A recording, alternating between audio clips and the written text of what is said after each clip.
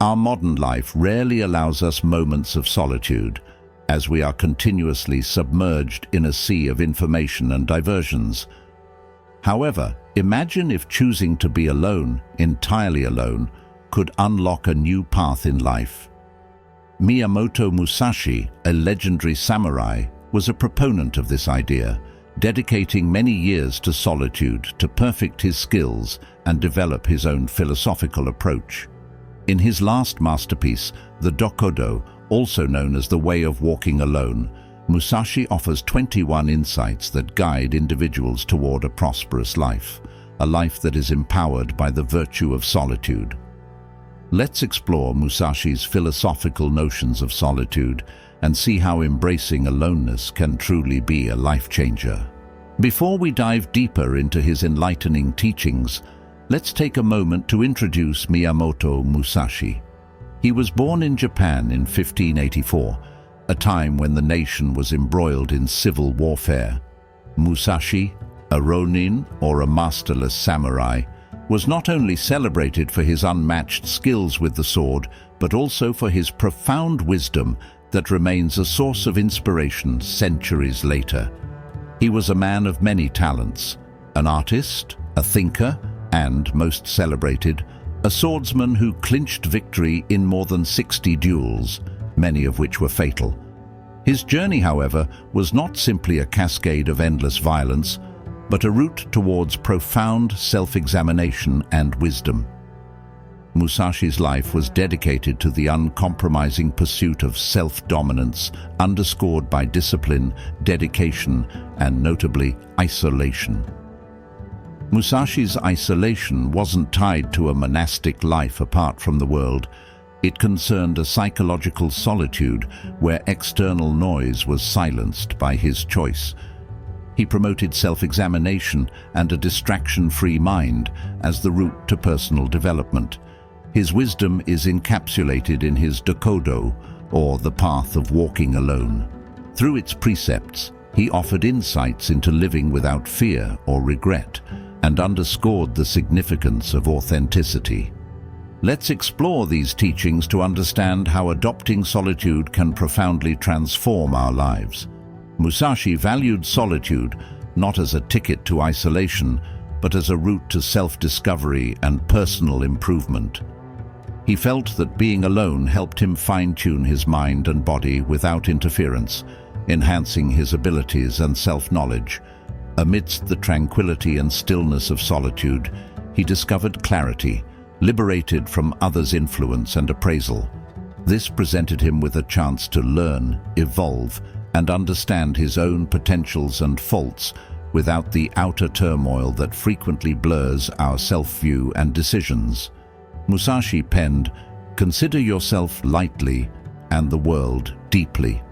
He encouraged individuals to shift their attention outward, to watch, learn, and comprehend the surrounding world while keeping a modest view of oneself.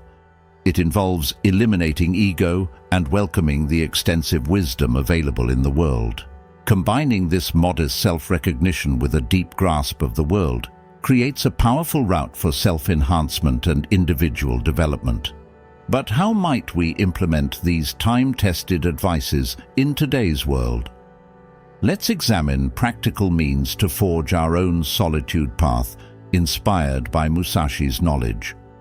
The wisdom Musashi acquired from solitude isn't only suitable for a samurai's life, but can be introduced into our lives today, even centuries afterward. He condensed these insights into the Dokkodo, also referred to as the path of aloneness or the way to go forth alone, a brief composition written a mere week before his death. One of the key teachings from Musashi involves appreciating the worth of self-reliance. He mentions in the Dokkodo, "Do not pursue pleasure for its own sake." This acts as a caution that transient joy coming from external approval or material goods does not bring happiness. Instead, Musashi recommends finding fulfillment internally, in our actions, and through our personal progression. Another critical principle from the Dokkodo is, do not, under any circumstances, depend on a partial feeling. This encourages us to refrain from making hasty decisions based on passing emotions, and instead to deeply consider our actions and their aftermath. Our choices should be made with consideration, full awareness, and free from momentary emotions or outer pressures. Also, Musashi points out the vital aspect of not being bound to physical and transient entities. He counsels in the Dokkodo, "Do not hold on to possessions you no longer need." This advice to discard unnecessary ties is not limited to material possessions. It encompasses relationships, habits, and thoughts that are no longer of service to us. It symbolizes a lesson in purging our lives in a physical and mental sense, thereby facilitating room for evolution and transformation. In a different teaching, he writes, "Do not fear death." This isn't a message to be careless, but rather a motivation to live life to its fullest and bravely, recognizing that death is an element of life. It's a reminder to value each day as if it were your final one, appreciating every instant and seizing chances as they appear. Finally, he guides us to remain free from desires all your life. This implies that we should detach ourselves from the constant desire for more, which often results in displeasure and misery. It involves learning to appreciate what we have while simultaneously aiming for self-development. Although Musashi existed in a completely different period from ours, today we find ourselves perpetually interconnected thanks to technology. These connections might bring us near to others, yet they can also obstruct our ability to be truly alone. Nevertheless, as Musashi highlighted, there's significant power in solitude for our personal expansion and self-awareness. To begin, we can introduce solitude by willfully distancing ourselves from the regular disturbances of life. This may be through fixed periods of silence and solitude, like engaging in meditation, embarking on nature walks, or just spending quiet time in a room. During these periods, allow yourself the space to think, introspect, and just exist. Next, think about engaging in a digital detox. Allocate specific times daily to unplug from our gadgets, granting us essential moments for introspection and tranquility.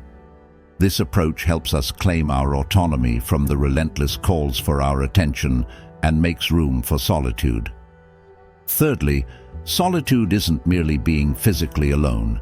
It's also about mental and emotional separateness. This means acquiring the skill to disconnect ourselves from the need for affirmation, the compulsion to juxtapose ourselves to others, and the yearning to comply. It implies learning how to uphold our beliefs and choices, even if they contradict the majority. Ultimately, prioritize solitude. Consider it an indispensable component of your self-care practice, something that is absolute. Perceive it not as a luxury, but as a requirement for personal evolution and self-knowledge. While the world has evolved from Musashi's time, the wisdom he discovered in solitude persists through time. In adopting these principles into our daily life, we can not only learn to be alone, but also to thrive in our solitude, transforming loneliness from something to be avoided into something to be embraced. So, let's set off on our own solitary path and unearth, as Musashi did, the profound knowledge that comes from being alone.